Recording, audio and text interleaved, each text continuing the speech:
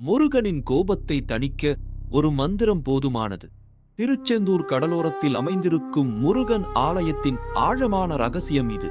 உக்கிரமான முருகனின் அருளைப் பெற பக்தர்கள் பலர் தவித்த காலங்கள் உண்டு. கோபத்தின் வெளிப்பாடாக சில சமயங்களில் அலைகடலின் சீற்றம் போல கருவறையில் ஒருவித உஷ்ணமும் படபடப்பும் சூழ்ந்திருக்கும்.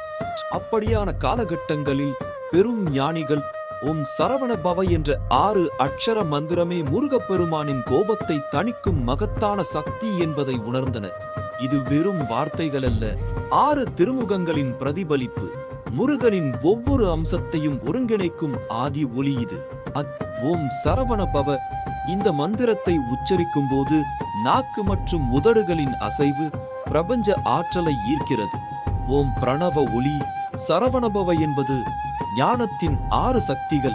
இதை முறையாக உச்சரிக்கும் போது கோபமும் எதிர்மறை எண்ணங்களும் படிப்படியாக நீங்கி அமைதி குடிகொள்ளும்.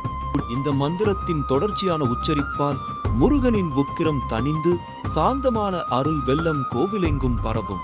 கருவறையில் சூழ்ந்த உஷ்ணம் குறைந்து ஒரு குளிர்ந்த தெய்வீக நறுமணம் எழும். இதுவே முருகனின் அருளை பெறவும் அவரது கோபத்தை தணிக்கவும் உள்ள ஒரே ரகசியம்.